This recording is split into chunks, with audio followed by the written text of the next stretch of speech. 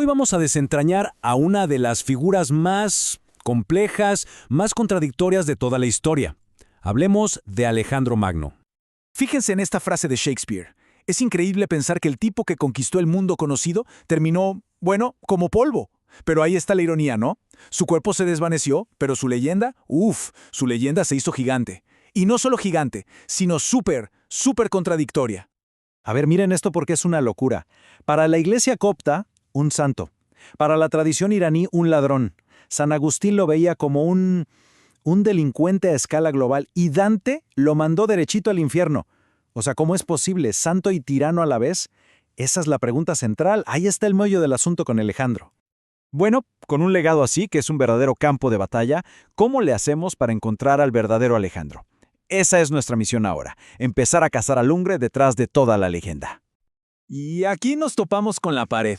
El primer gran problema es que las fuentes son un desastre. Ni siquiera la gente de la antigüedad lo tenía claro. Lo que tenemos hoy no es una foto nítida, es más bien un rompecabezas con la mitad de las piezas perdidas y encima escritas cientos de años después de que él muriera. O sea, para que quede claro, lo que leemos sobre él no es historia objetiva. Es básicamente propaganda. O lo pintaban como un dios o como el mismísimo diablo. Así que, hechos, pocos. Lo que abunda es el mito, una historia construida a conveniencia. Pero bueno, echemos la culpa a las fuentes. Pero el problema es más profundo. El enigma estaba en el propio Alejandro, porque hasta las historias que parecen más creíbles nos pintan un retrato doble, el de un genio y a la vez el de un monstruo. Por un lado tenemos al líder visionario. Un genio en el campo de batalla, valiente como pocos, con esa sed de ir siempre más allá, de descubrir. Pero, del otro lado de la moneda, está el tirano, el tipo que en una borrachera asesina a su mejor amigo, el que ejecuta a su general más leal por simple paranoia, el que crucifica a 2000 personas. Es como si por cada acto de luz hubiera uno de oscuridad total. Ahora, pongámonos en sus zapatos por un segundo. A los 20 años ya eres rey de Macedonia y heredas un ejército imparable. Llegas a Egipto y ¡pum!, te nombran faraón. Vas a un oráculo y te dicen que eres hijo de un dios. ¿Cómo no se te va a subir a la cabeza? Era casi inevitable que empezara a creerse su propia leyenda y exigir que los demás también se la creyeran. Ok, entonces, si ya te crees casi un dios, ¿cuál es el siguiente paso?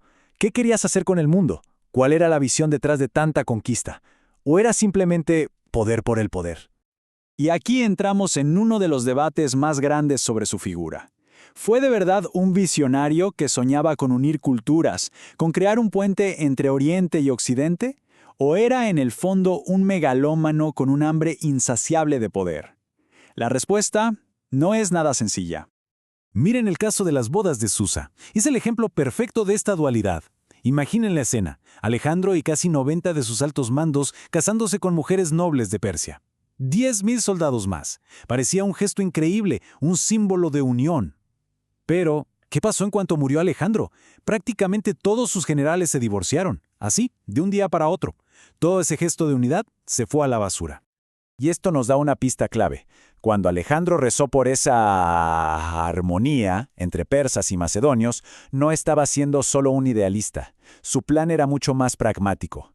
No se trataba tanto de una hermandad universal de los pueblos, sino de crear una nueva clase dirigente, una mezcla de iraníes y macedonios que le fuera leal solo a él. Era una jugada maestra para asegurar el control de su gigantesco imperio. Pura estrategia. Claro que, para levantar un imperio así y mantener esa visión, hacían falta dos cosas fundamentales. Primero, una cantidad de dinero que hoy nos costaría imaginar. Y segundo, mano dura. Una crueldad sin límites para que nadie se saliera del carril. Hablemos del dinero. En el 330 a.C., Alejandro captura el tesoro persa, y la cifra es 180.000 talentos. El número así solo no dice mucho. Es como hablar de trillones hoy. Es tan grande que se nos escapa. ¿Qué significaba realmente? A ver, para que nos hagamos una idea, un talento era una fortuna. Si en esa época tenías apenas 3 talentos, ya eras considerado el equivalente a un millonario de hoy. Bueno, pues Alejandro se apoderó de lo suficiente como para crear 60.000 millonarios. De un plumazo, 60.000 es una locura. Y claro, el precio no fue solo económico, el costo humano fue altísimo, brutal, porque Alejandro no dudaba en eliminar a cualquiera que se interpusiera en su camino. No importaba si era su general más leal, su amigo de la infancia o hasta su propio biógrafo, cualquiera que él viera como una amenaza, desaparecía. Pero, y aquí es donde la historia se pone todavía más interesante. A pesar de toda la sangre, de la brutalidad, de la paranoia, lo más loco es que su legado más duradero no fue el imperio que conquistó con la espada, fue algo intangible, fue un imperio de ideas.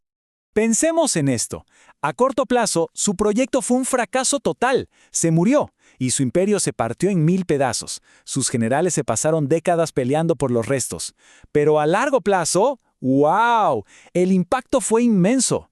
La cultura griega que él esparció por el mundo, eso sí que fue una conquista irreversible. Veamos el efecto dominó. Primero, gracias a él, el griego se convierte en el idioma universal de la época, como el inglés hoy. Segundo, en Alejandría, la ciudad que él fundó, se traduce la Biblia hebrea al griego. Y tercero, siglos después, ¿en qué idioma creen que San Pablo escribió sus cartas para difundir una nueva religión? En ese mismo griego. O sea, Alejandro, sin quererlo y sin saberlo, construyó la autopista por la que viajaría el cristianismo. Un legado que él jamás hubiera imaginado. Así que volvemos al principio. Después de todo este recorrido, ¿quién fue realmente Alejandro Magno? ¿El genio? ¿El monstruo? ¿El visionario? ¿El pragmático? Parece que cada vez que encontramos una respuesta, nos sale otra pregunta. Es un círculo que nos lleva siempre de vuelta al mismo enigma. Esta frase del historiador Ernst Badian es tremenda. Es la imagen de un hombre que luchó, mató e hizo lo que fuera por tenerlo todo, por llegar a la cima del mundo, para darse cuenta al final de que estaba completamente solo frente al vacío. Y ahí, en ese abismo, todo su poder no servía para nada.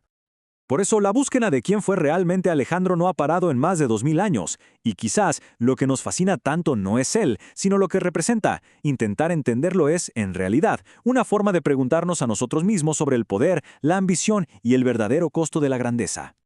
Tal vez el problema es que queremos ponerle una sola etiqueta, bueno o malo, y con figuras como Alejandro, eso es imposible. Su historia no nos da respuestas fáciles. Al contrario, nos deja con la pregunta del millón, una que sigue tan vigente hoy como entonces. ¿Cómo se juzga a alguien que fue, al mismo tiempo, un creador y un destructor de mundos?